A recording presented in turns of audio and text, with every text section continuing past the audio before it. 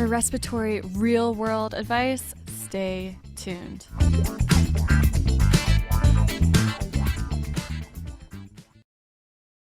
Hi, everybody. I am Anna Hayes, and I am the producer of RT Sidebar. We are so excited to have you all here.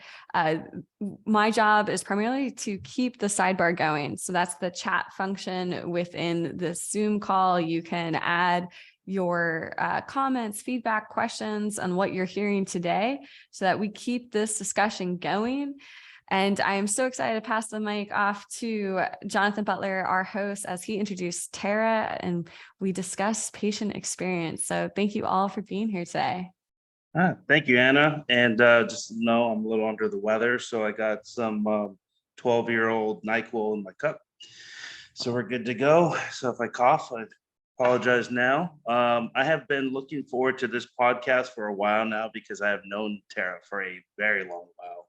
And it is interesting. I mean, I could easily say that Tara and I met each other at the first point of our careers taking off back in a hospital in Los Angeles. Gosh, I'm trying to think, was it Tara 2007 maybe that we? I think 2008? it was later than that. I moved to LA in 2009, so don't date yourself. Oh.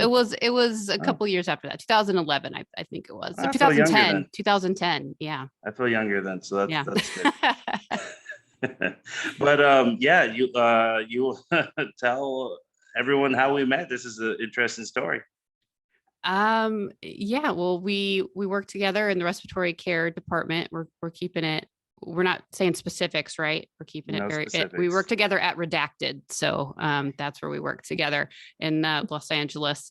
In respiratory care, I had a background as a medical assistant back in college at a respiratory care clinic. So as I had moved to LA to become a police officer in the LAPD, I said, "Oh, I have to get a job, so I'll just work as a temp."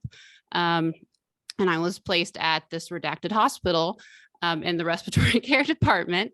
And I said, "Oh, so I got hired as I was waiting, going through this process, ended up liking it, ended up being put on a really long waiting list for this LAPD. The city went bankrupt, long story. But yeah, liked it. Jonathan eventually became my supervisor. I don't know how that happened. He just kept hanging around. Guess he was, yeah. Yeah, we worked together for a long time. It was like 5 years or something like that. Yeah. Yeah. Went through a lot. But yeah. my favorite part of this whole thing was my office was here. My door opened up, and from my door, I could directly see Tara.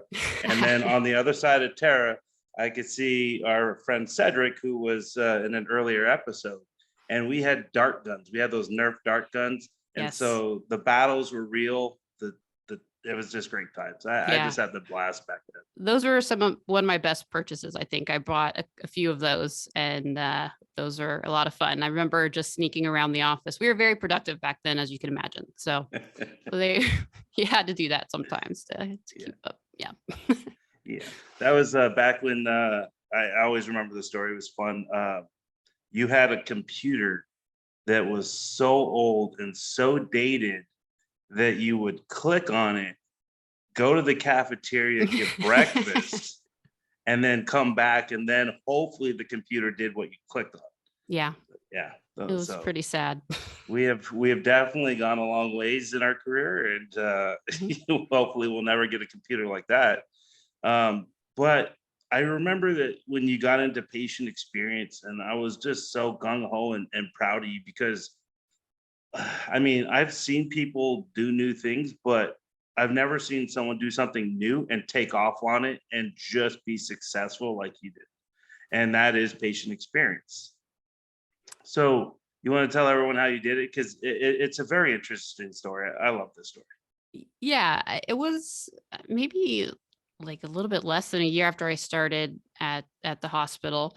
And I remember it was a pretty normal day. I was a little bit, had a lot to do. I remember Cedric coming to me, and basically I was voluntold to go do this new thing. He said, the hospital's doing this new thing. It's called Plane Tree. It's this patient experience thing. And I said, what are you talking about? This what? I said, what's Plane Tree and what's patient experience? I have no idea what you're talking about. And he said, well, to be honest, I don't really either, but it's what they told us to tell you. But, they kind of said like, it's talking to people, kind of teaching people something. I think you'd be good at it. I mean, you like to do that sort of thing. And, but you have to go to this thing and learn about it. So I'm going to send you to this training thing.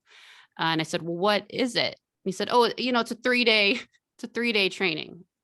And so I was sent to a 3-day, 8-hour long training seminar to learn what this Plane Tree program was. I didn't even know that it was a program. I didn't know what the word Plane Tree meant. And I walked into it having no idea what I was getting into. So, I showed up to the first day of this training. I was very grumpy. I didn't want to be there. I was a little bit hostile to just being put in this situation.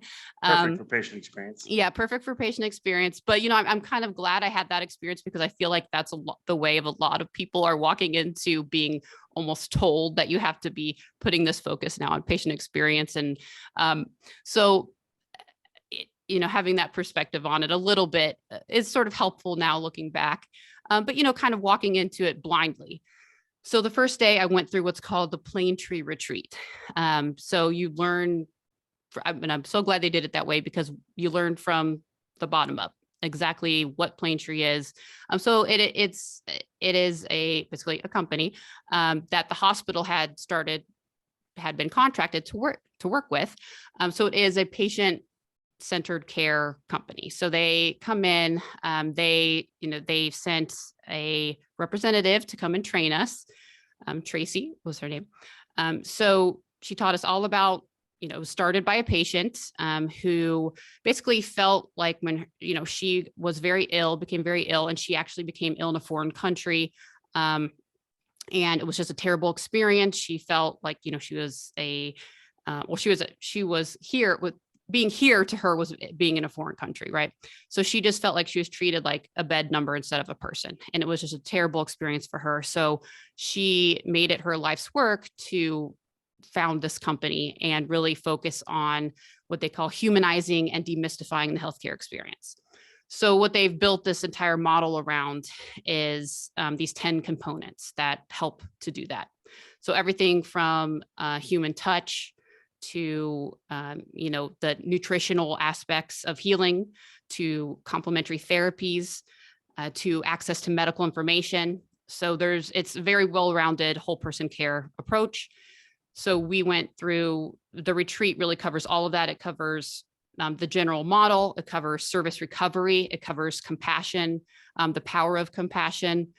So it covers a lot within that first 8 hours. So I just remember by the end of the day, I felt like a completely changed person. So it just completely changed my perspective, and the way that retreat in itself was laid out really just opened my eyes and helped me understand what patient experience was and the power that it had really to really shape the work that we do and the power that we have to create, just again, that whole person care. So I was really motivated. So the next 2 days, now that we had gone through the retreat, was basically helping us to understand how we were going to now be the facilitators to then educate the entire hospital of employees, about 2,500 people. We were going to be the facilitators of the Plane Tree movement at our hospital. So that's what the next 2 days were.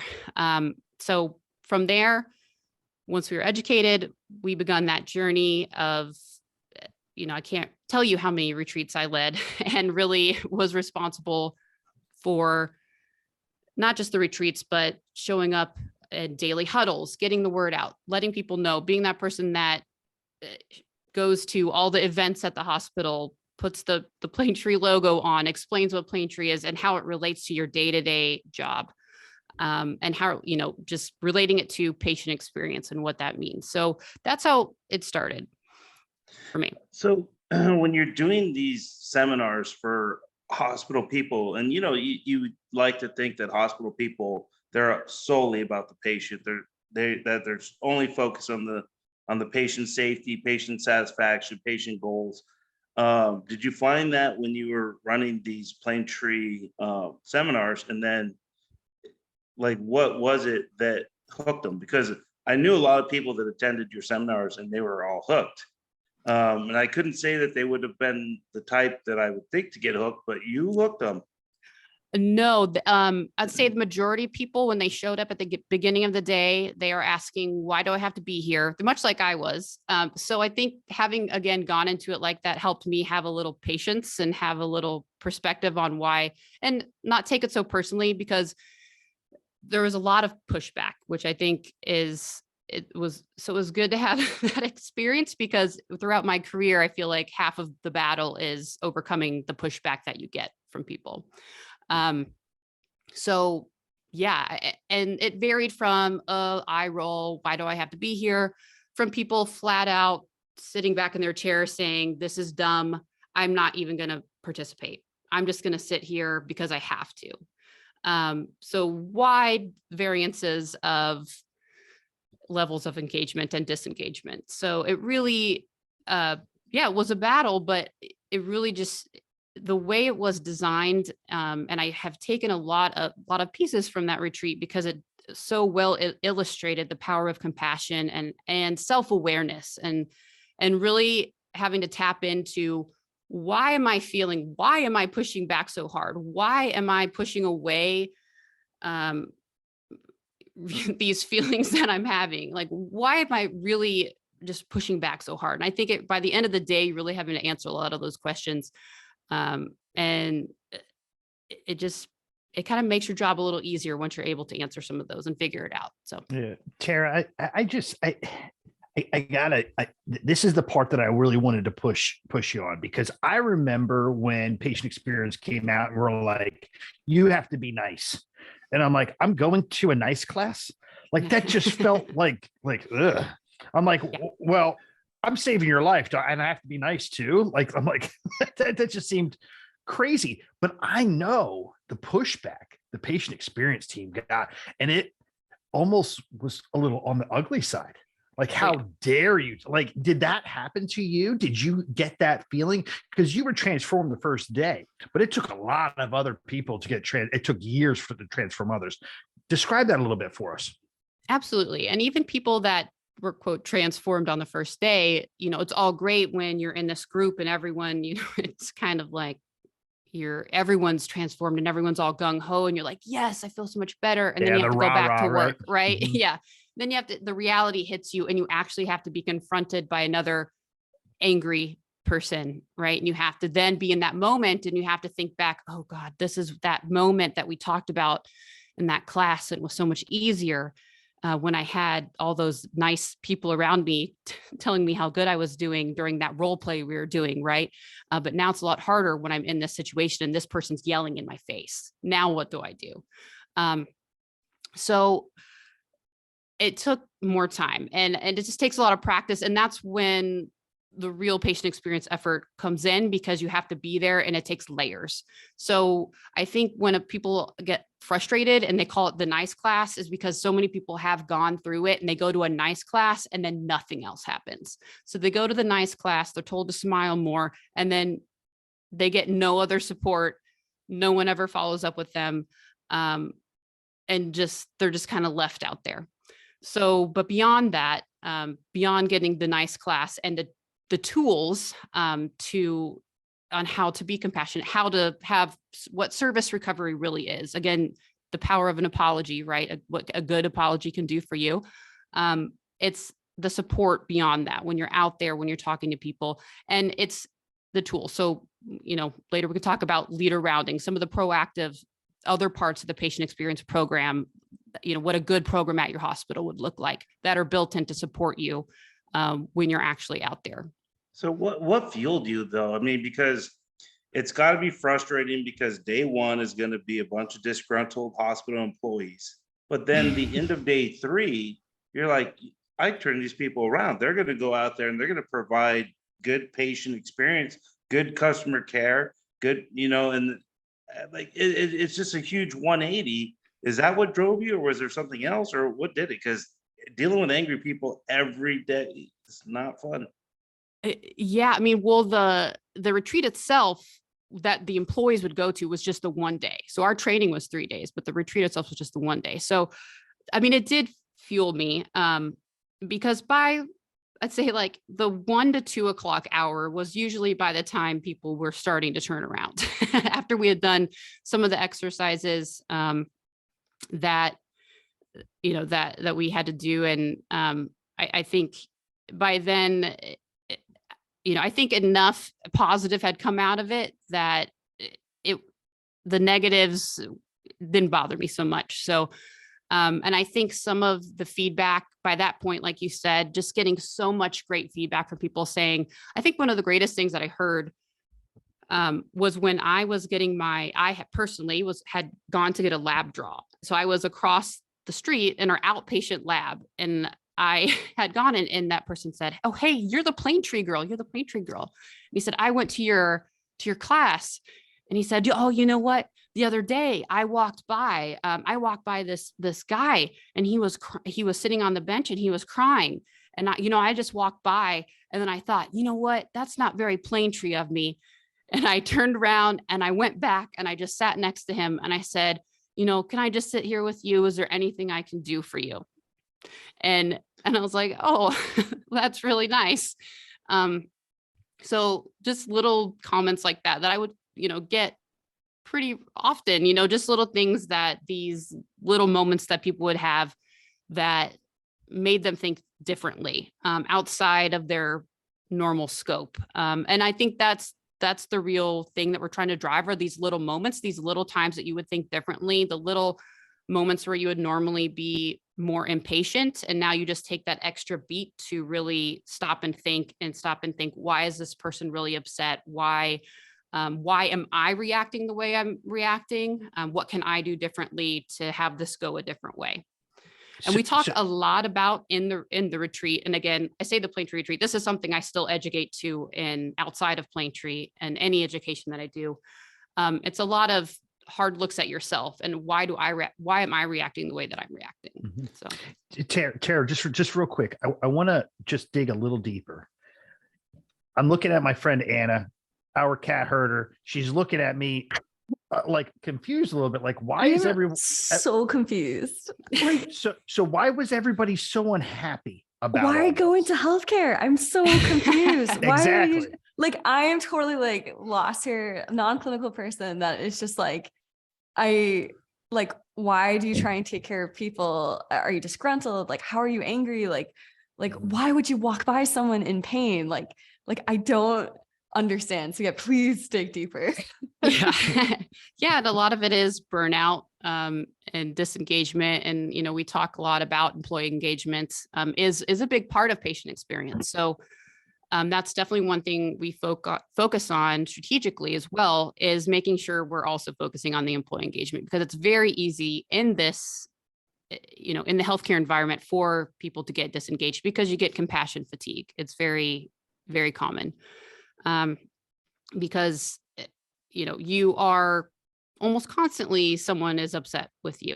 It's the stress, just the general stress of the healthcare environment, people always being sick, running from one thing to another. Now you have staffing shortages, you have COVID, just the normal stress that was before COVID, right? Now you have additional, just, it's hard. You're always working extra, everything on top of it. And now people, I think what I'm seeing now is a lot more staff saying, well, I feel like patients feel more entitled now.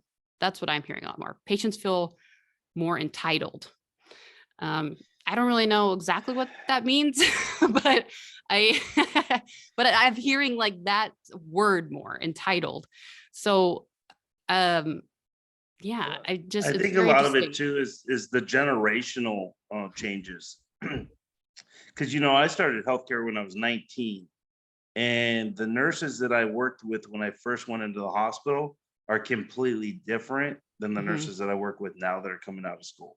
The compassion is kind of lacking a little bit, and it's you can't tack that down to a school or a region or a city or anything like that. It's a cultural change that healthcare is now facing.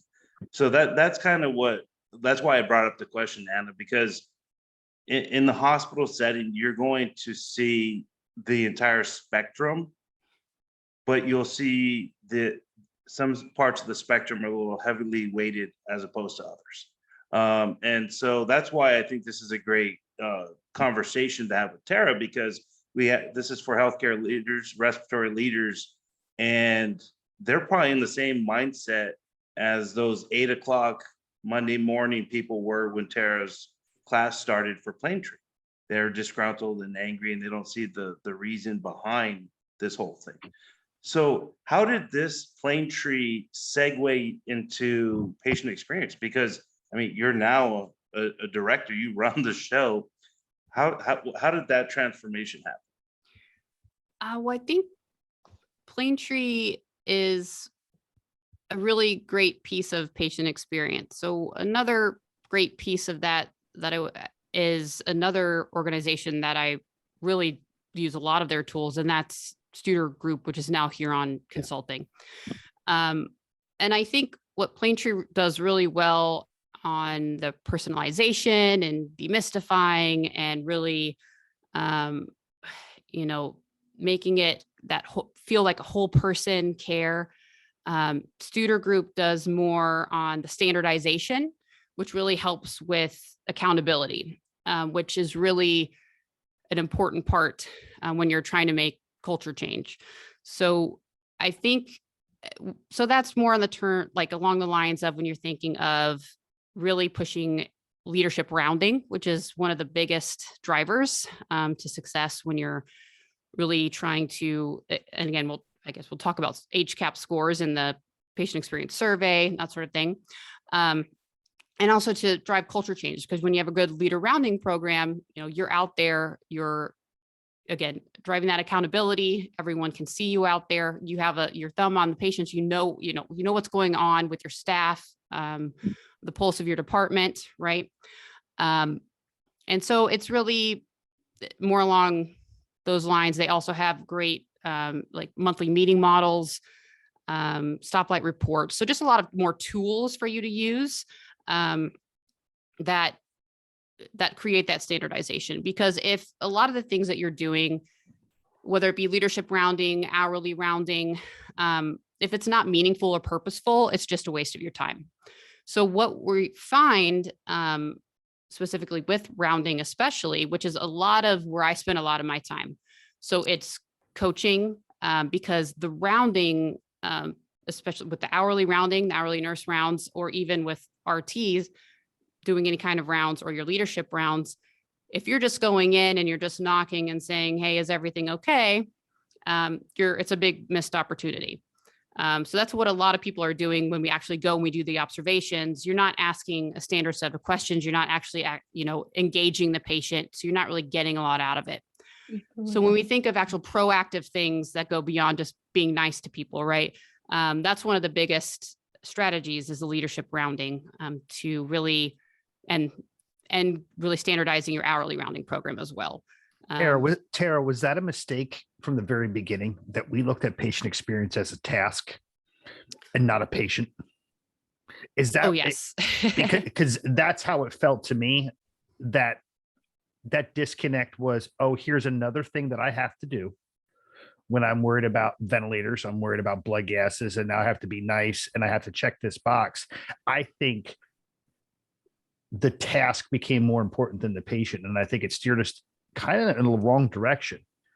Yeah, I think the biggest miss from kind of the beginning was not really connecting the dots between patient experience and communication. And that patient experience really is making sure we are communicating effectively, because communicating effectively drives safety and patient outcomes. Because when we communicate effectively, we look at the quality metrics, and falls are reduced and readmissions are reduced, and hospital acquired infections are reduced. When you can see the correlation when the patient experience scores are good, the quality metrics and all of those, specific things are good. Usually when you have poor patient experience scores, your quality scores are also poor. So there's a lot of connection between good communication and good patient outcomes. And when people feel heard, and when we talk about the HCAP survey and how we actually get that feedback from patients. So when we think about what actually is a patient's experience, so what does that even mean? How do we even get that information? What are they looking for? When we think about patient's experience, so we've, I heard you mentioned it before, like I'm busy taking care of the patient, right? I'm busy, or I hear it from the ED a lot. I'm too busy saving lives to be nice, right? But it goes beyond being nice. It's more about communication. So when we look at the survey for HCAPS or the patient survey that they send to us, and we can see those responses, it's all about, was something explained to me in a way that I understood? So if we look at that question specifically, if something wasn't explained to you in a way that you understood, your medication wasn't explained to you in a way that you understood, what do you think is going to happen when you go home and you don't understand your medication, or you don't understand the side effects? So you don't understand what side effects. Another question is, do you know what side effects to look out for once you're home? You don't understand what's a side effect that you need to come back for, or what's a normal side effect. So are you going to come back in unnecessarily, or possibly wait a little longer than you should? If you don't understand, that's a big problem. So that communication piece is very important. So patient experience right there, we build a lot of programs around that communication about medications. So for instance, teach back. So we do a lot of education with teach back. So making sure that we not only read off medication instructions to the patient, but we actually have them read it back to us and fill in the gaps. So we have them say, okay, let me know, what time are you supposed to take this medication? Okay, great. And what's this medication for? Awesome. And what side effects should you look out for? Great. And then what side effects should you definitely come back in if you're feeling this? Great. Have them fill in the gaps. And that's proven to help them retain that information more than us just handing them a piece of paper or us reading it off. Because one of the biggest dissatisfiers from nurses that I get is, well, I know I sat down with that person for half an hour and I read line by line. I went through those instructions. I read them out loud to them. I know it. They're liars. They're not. I went through those with them. But you can read it all you want. But if that person if that's not the way they process the information, then it's a waste of time. Not only that, but you have to take it, and you have to do it repeatedly. You almost have to do it every day, because what nurses fail to understand is that patient, you just pumped them full of drugs. You probably sound like Charlie Brown's teacher to them, and they have no idea what you're talking about. And so you have to repeatedly do this over and over and over again. And then oftentimes, even after they're gone home and the drugs have worn off and they actually can comprehend things. But I mean, you got, like right now, I take NyQuil because I'm sick, or Dayquil. And even then I'm like, I have cognitive things where I'm like, I should be doing something I don't remember, and that's just Dayquil. They're taking serious medications. And then while you're trying to explain to them the serious complications that can happen from medications or what they should be doing when they get home, forget about it. You have to do it every single day. Right. And then just for our listeners and me, I'll give you a little secret. So part of my dissertation was HCAP scores, but my fear to this day is someone asking me what HCAP stands for. I've gone over this thing like 1,000 times and I still forget. It's like the scariest acronym in the world. Yeah. So, you don't want to give it a shot? Okay. I'll give it a shot. Okay. So it's either healthcare hospital consumer assessment of healthcare providers and systems. Yeah, you got it. So is it hospital or healthcare at the beginning? Healthcare, right? Hospital consumer assessment. Yeah, that's why it's HCAPS instead of just CAPS. Okay, Yeah. that Because was there's always caps my for different things. Yeah. yeah, that was always my biggest fear. I was like, damn it, someone's gonna ask me, and I'm gonna look like an idiot.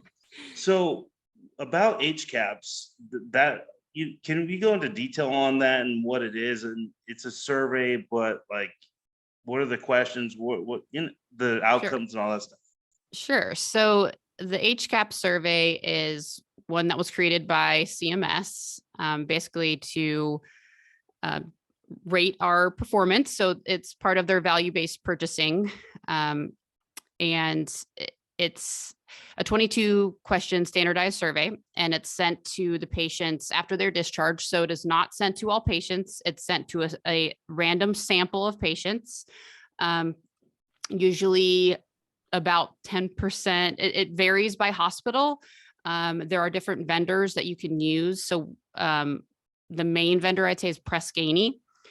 So there's a couple of other ones, but they're the largest. So there's a third-party vendor. They send out the survey. So the hospital sends the census to them. And so after the patients are discharged, within 48 hours of discharge, up to 4 to 6 weeks, they can receive the survey. They receive it through the mail or by phone. Again, it's the hospital can decide. They choose what mode they want to use. And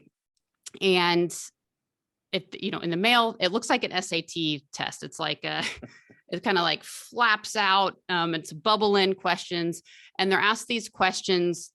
Most of the questions are asked on a scale of never to always. So it's like, how often were your medications explained in a way that you understand? Were they never explained or always explained this way? And then they're asked to rate the hospital on a scale of 0 to 10. And they're asked to how you would recommend, if you'd recommend the hospital to your family or friends on a scale of 0 to 10. So the questions are along the lines of, they ask different domains. So they're asked about communication with nurses, communication with doctors, responsiveness of the hospital staff, discharge information. They're asked about the hospital's cleanliness and quietness. They're asked about care transitions and medication explanation. Yeah, I think I mentioned that one. Communication about medications. Yeah. So, and for instance, with communication with nurses, and the doctor related questions are very similar. The questions are: nurses treated you with courtesy and respect, never to always, right? They listen to you carefully, and they explain things in a way you understand. So those are the questions. And then, so let me think of another one. Responsiveness of hospital staff is, you had the call button, you responded to as soon as you wanted it, never to always. And you received help toileting as soon as you wanted it. And discharge information, is staff told you about problems to look out for after you left. So it's a lot of different questions, a lot that have to do with communication related. And care transitions, there's even one about preferences. So the staff took your preferences into account. So some of them are more specific, some of them are more vague, because preferences for what, so just general preferences, right? It doesn't specify. So it's a lot of perception. So your perception of communication. So it's a very interesting survey.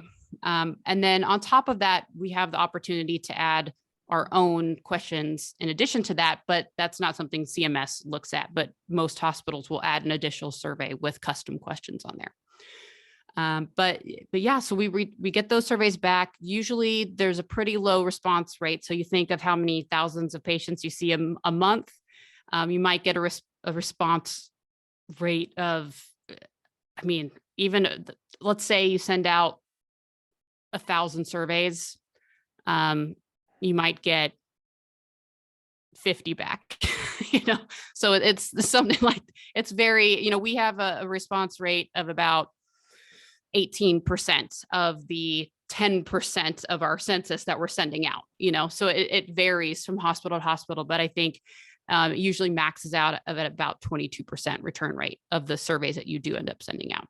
So you're not getting a high number of surveys back. But CMS requires that you get at least 300 per year. So that's the cutoff that they require.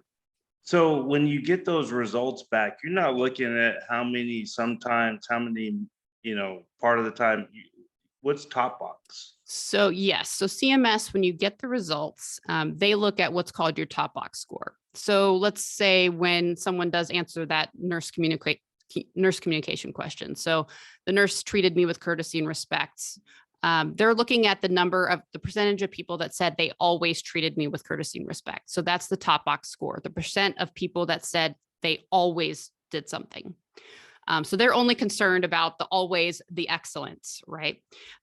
So we can see on our end, we can go into the Press Ganey portal, we can see who gave us, the nevers, sometimes the usuallys. We can see that for our own just tracking purposes to see how close we are, which is very helpful. So we can see, hey, are we almost there? Do we have, are some of these things that we can maybe move the needle a little bit and push it into that always column? Or are we just we have a lot of work to do, right? But yeah, so they look at our top box score. So that can be very confusing and frustrating for people.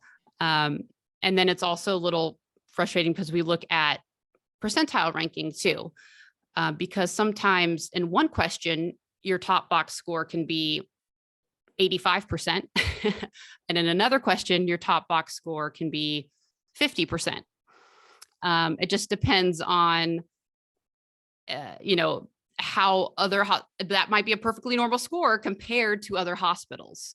So for instance, the care transitions domain usually has very low scoring numbers for everybody. So you're usually not going to get a very high top box score in care transitions because it's just a difficult domain for everyone. But we do monitor that, the percentile ranking as well, which basically compares you to other hospitals. I know it sounded cool when I asked about top box, but in reality, I only know about top box because I sat through one of your educational sessions and learned what top box was. So thank you for making me sound smart just a few minutes ago. So when you're in your organization now, what do you look for to as a top metric that you focus in on, because the impact of it throughout the hospital is just huge? Well, one of the first things I always do is a needs assessment. So just looking at the scores and historically how they've been. So with patient experience, HCAP score specifically can be very frustrating for people. So if you're looking at, if you are a leader and you've ever looked at the patient's experience scores, it can be confusing because it's up, down, up, down, up, down a lot of the time. So it's very important to throw a trend line on there because one month you might be saying, oh, look at that. We improved. We're awesome. And then the next month you look and you're like, oh, wow, we tanked. And then the next month you're back up. But really, if you look over time, those fluctuations are normal and that's going to happen. You have to look at that trend line over time. So that is something we always have to look historically at the data because the HCAP scores, they are the most used when we look at the data. They're the most widely available because every hospital has to use them. But there are other sometimes better ways of looking at, of measuring success because the HCAPS is just a little, it is a little vague and it is based so much on perception. But when we look at that, I always like to identify 2 or 3 areas that look like we definitely need some improvement. But then I do go and look at, how close are we to that always metric? Can I go and look and see where we are at as far as how close we are with the usuallys or the sometimes and the usuallys?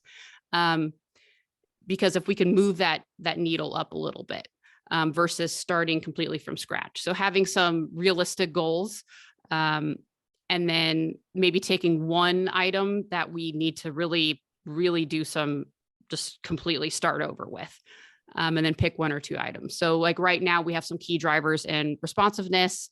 Medication explanation is usually a really good one to focus on because there are medication related questions and a couple of other, like in discharge information and care transitions, there's medication related questions as well.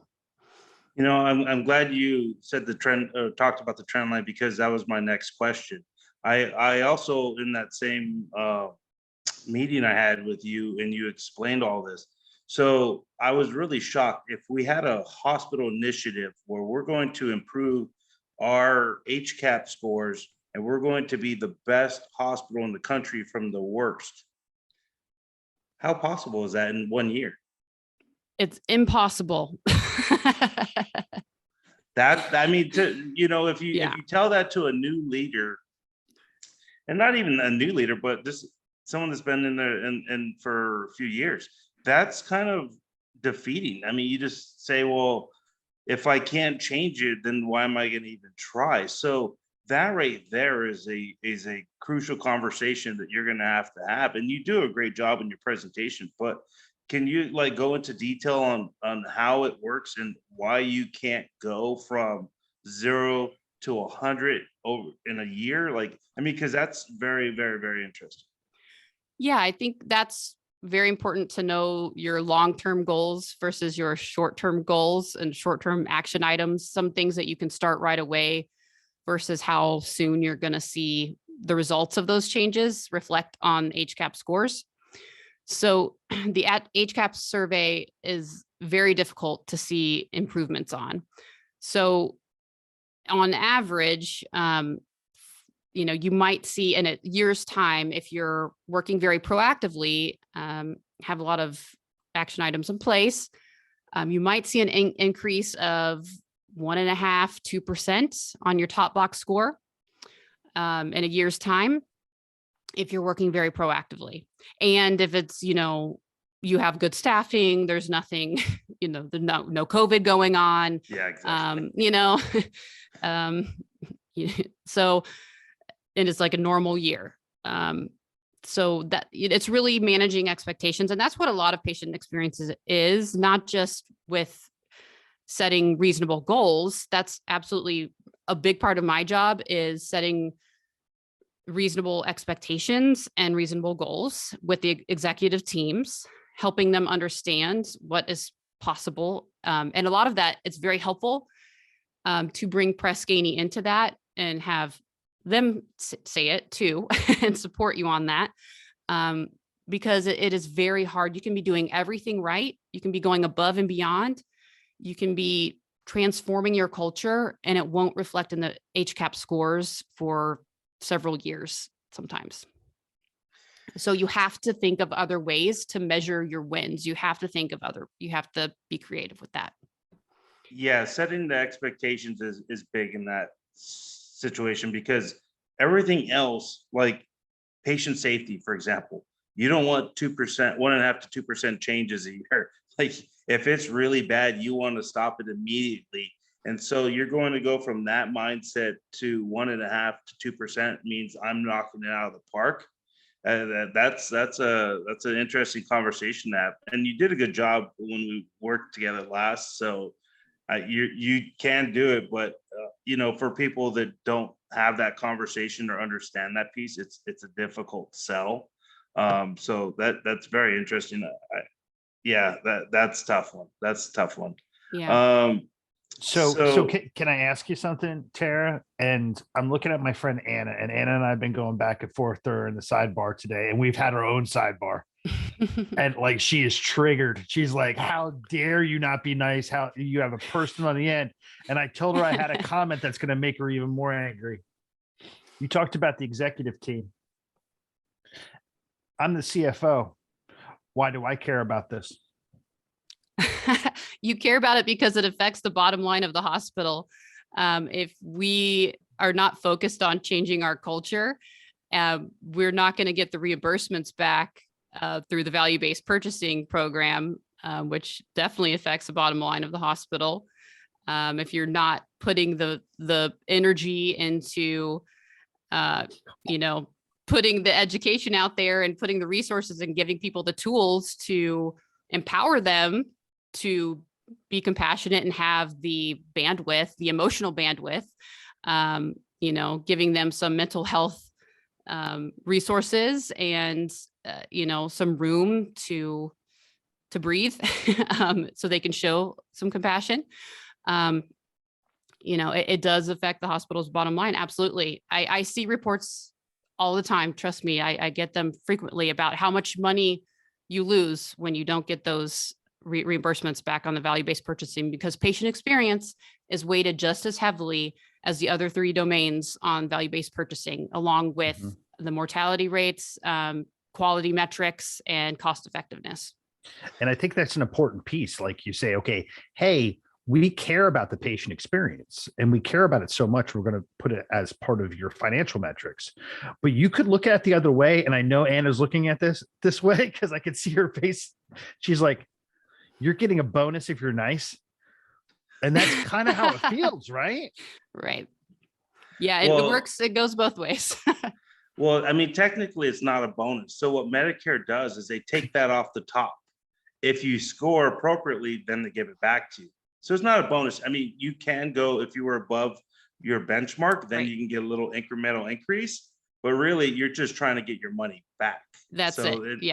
You're not getting a bonus. You're getting reimbursed for services you've already given. Provided. So you're just trying to make your money back. But if you meet or exceed those benchmarks, then you get a very small bonus. But just trying to meet the benchmarks are hard enough. I mean, nearly unattainable in themselves.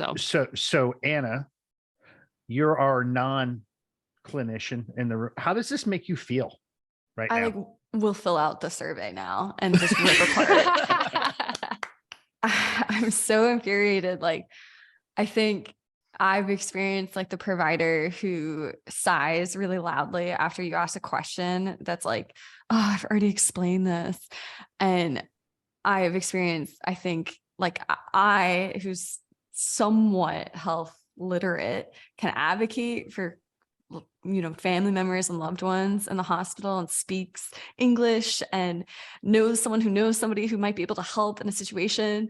And I just think about all the other folks who do not have that privilege. And it just infuriates me more that this is like a problem at all. And I almost have like zero compassion when it comes to someone who says, what was it? I'm too busy saving lives to be nice. Like I would go like rip shit on somebody who would say that. Like I'm already like tweaking out right now. Like, and the fact that they would go to like a retreat and then you change that person's mind and may have met them with some sort of compassion is interesting to me and says a lot more about you. But I would be like, I don't care, like get out of this organization. Like this isn't for you. And that is like super aggressive other side of this. No. But Anna, so there's a section in the education, not just a part of the retreat that I added and then have brought to all of my education about employee engagement, specifically talking about toxic employees. And then when I get to that part, the people that have shown any sort of attitude throughout, I will subtly focus and I talk about engaged employees, disengaged employees, and actively disengaged employees. I talk about toxic behavior and how it affects how much it can, one toxic employee can bring down 13 other employees. So you can bring down with your attitude an entire department. Do you want to be that person? Do you hate your job so much? And I say, if you do, go work somewhere else. And I say, if you hate your job this much, go do something else. Why are you here? And I say, basically, if you think you're being subtle or that no one sees you, we see you, you like it. So a subtle call out, because it is ridiculous.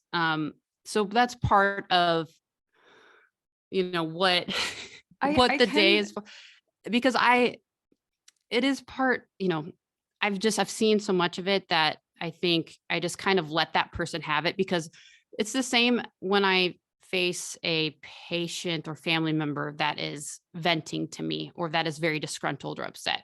When I encounter an employee that's to that point where that they're showing up to a retreat in a professional setting, that they are voicing that kind of behavior, that they're to a point that something is not right. We also talk a lot of times when someone is acting out that way, and I preface it when a patient or a family member is acting that way, and also throw in, or an employee, a coworker, there's usually something else going on. And how do we get to understand what that is?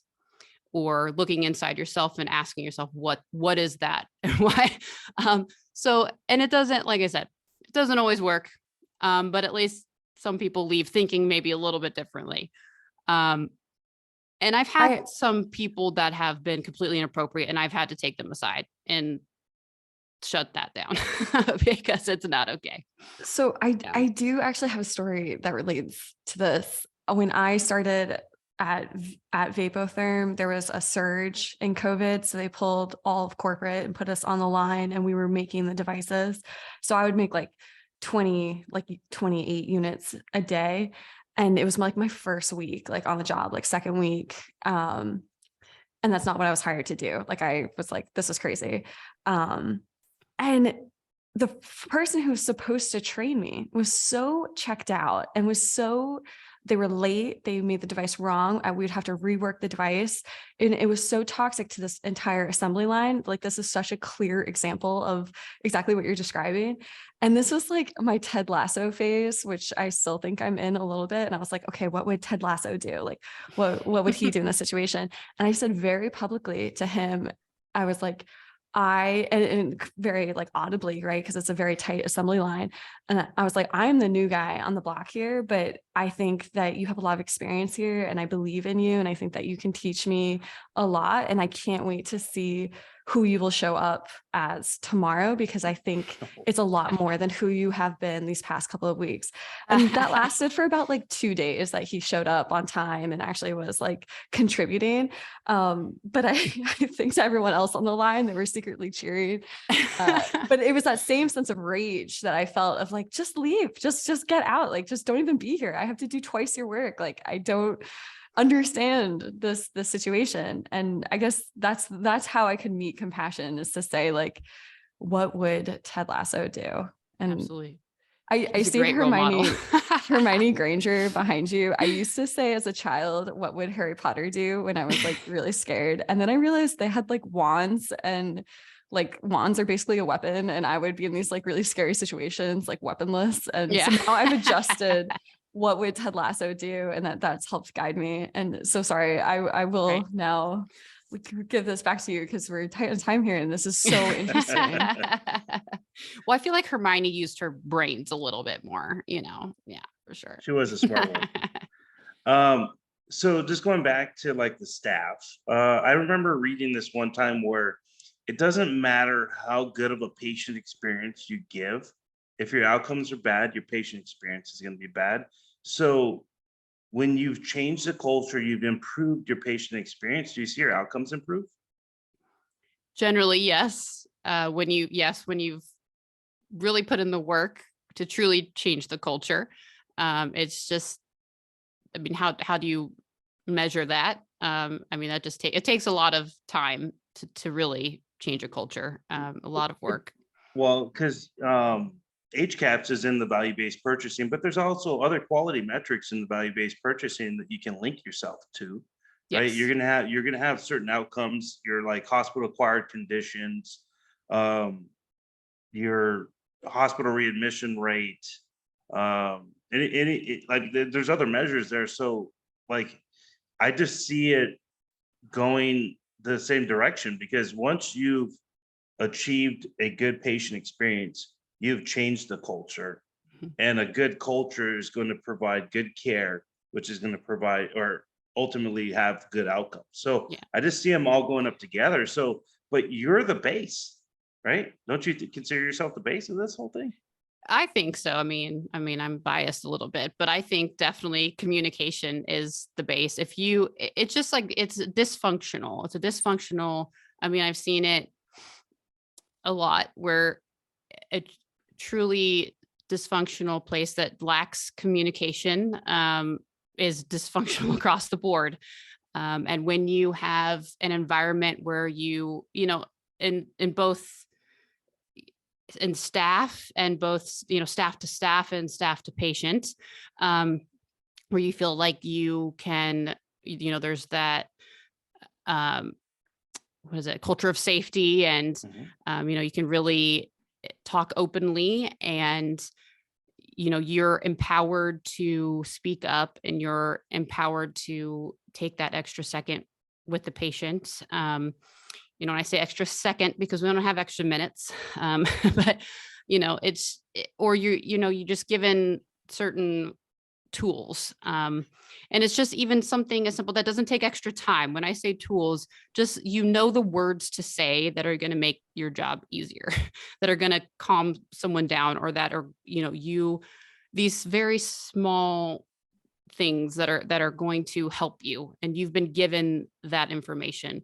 by an organization that has taken the time and the money to do that for you.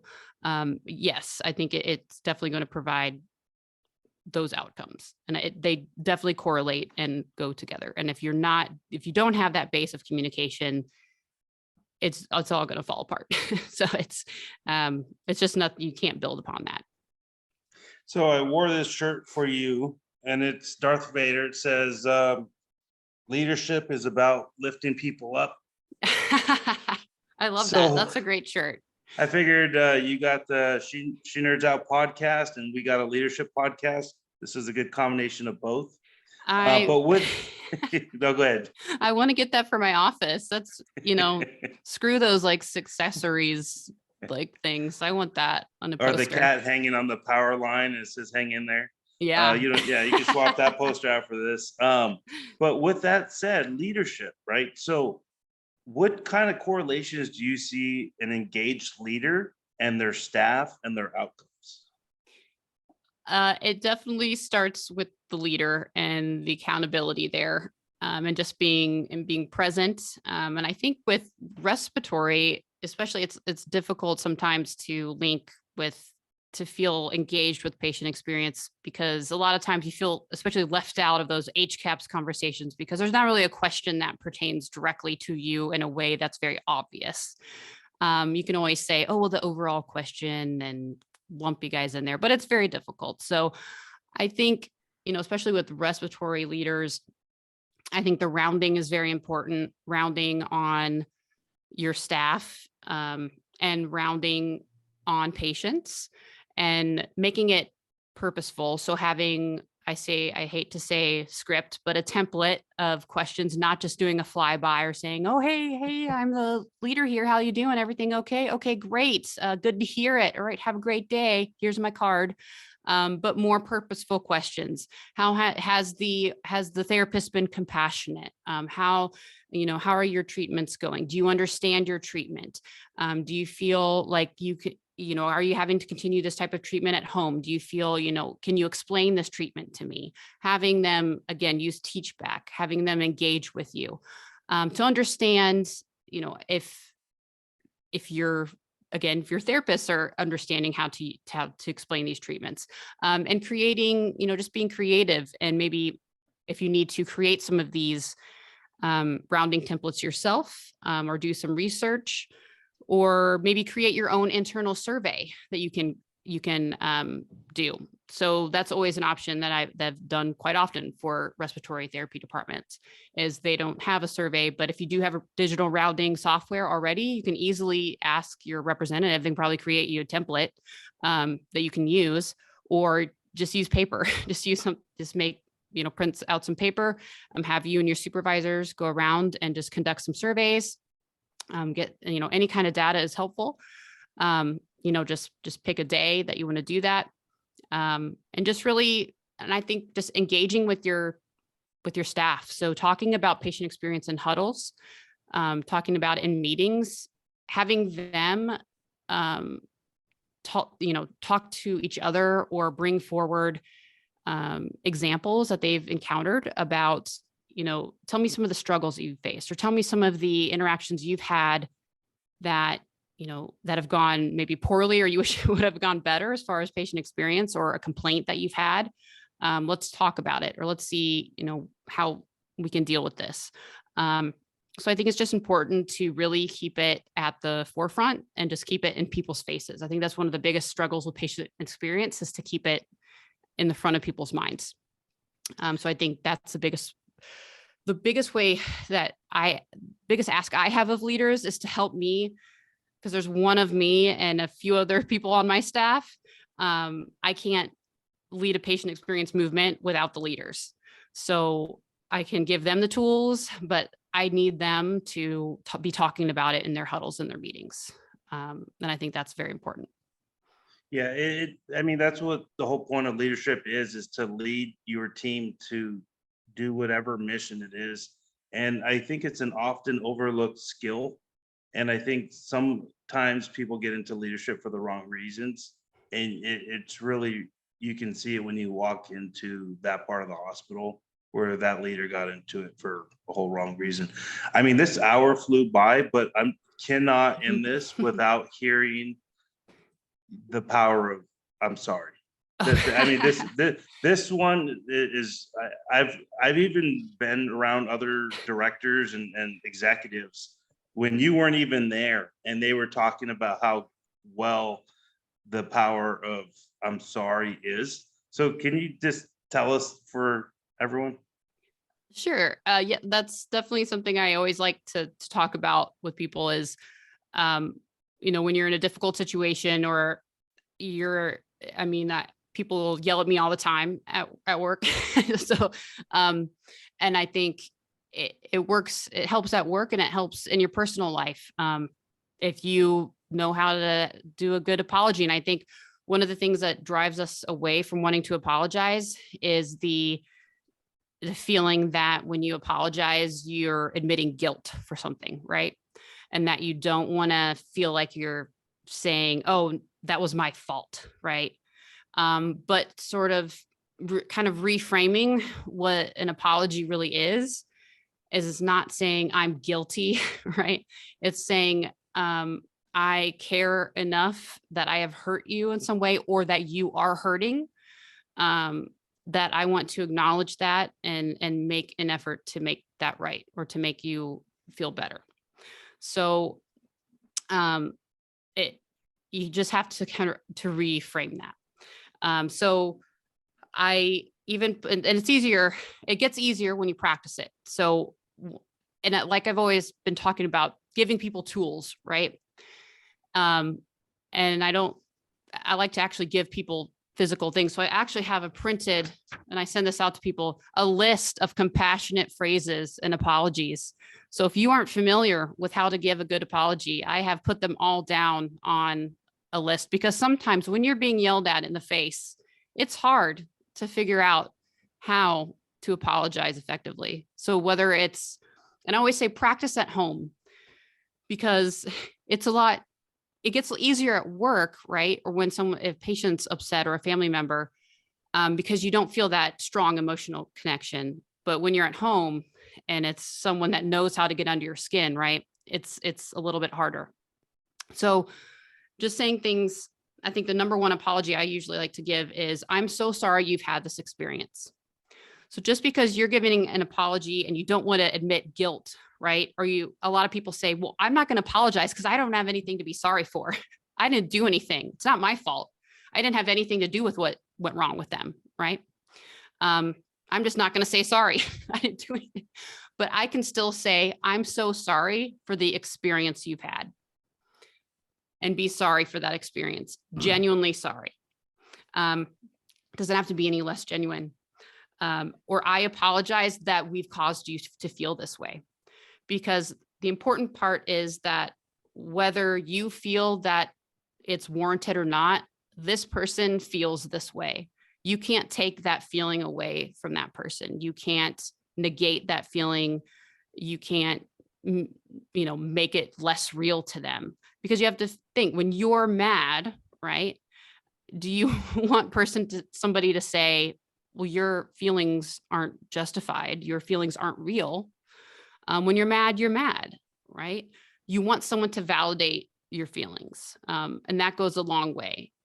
Just when you feel validated, a lot of times the level of anger goes from up here to down here immediately. And when you can bring down that wall that, when your emotions are so high, just being able to bring them down a little bit really opens up those lines of communication a lot more, because a lot of times when people are to that point, again, whether you're at work or at home, that they are to that point where they are just yelling and all they want is to just feel validated and somebody to say, I'm sorry that you are feeling this way and that we've made you feel that way, or that I have made you feel that way.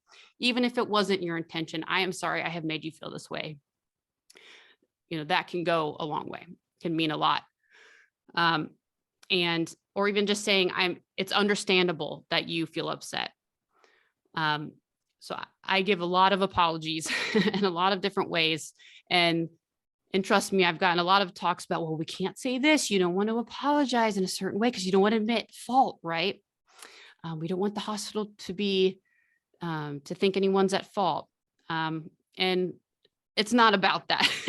You can apologize for an experience and for a feeling in a very genuine way. And it has nothing to do with guilt or fault. And you can still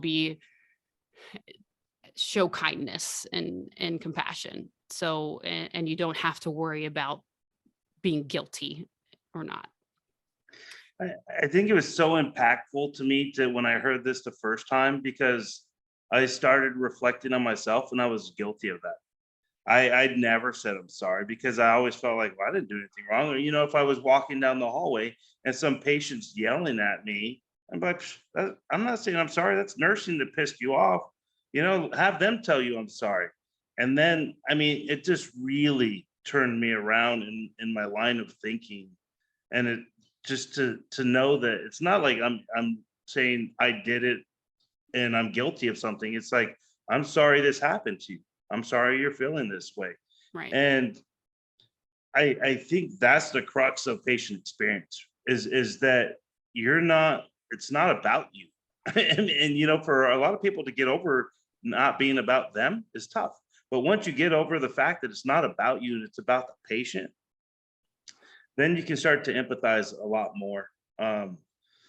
So, you helped me a lot in my career, made me a better person because I actually will say I'm sorry in person now too on my social personal life. So thank you. Thank you for joining us. Do you have any shout outs you'd like to give?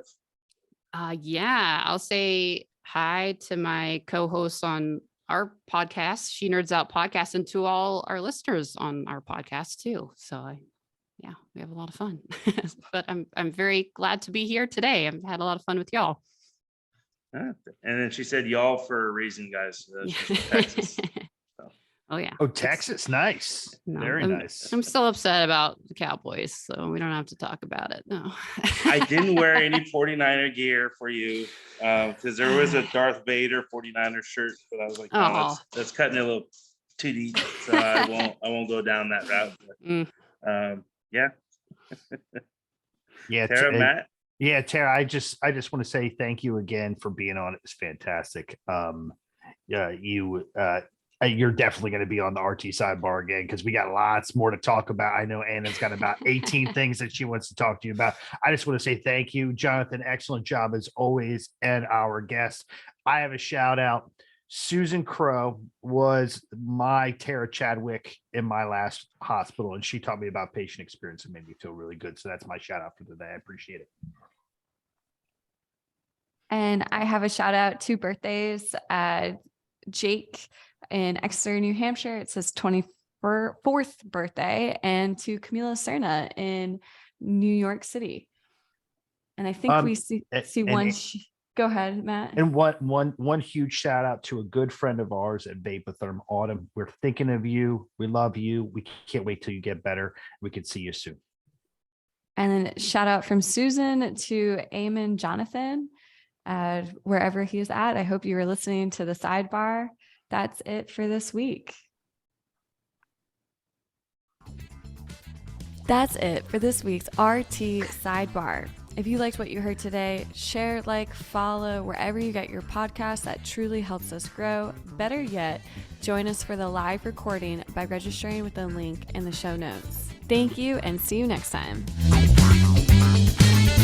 Vapotherm does not practice medicine or provide medical services or advice. Any clinical recommendations provided herein are solely those of the speaker. Practitioners should refer to the full indications for use and operating instructions of any products referenced before use. The team behind the sidebar are employees of Vapotherm, and our guest is not compensated.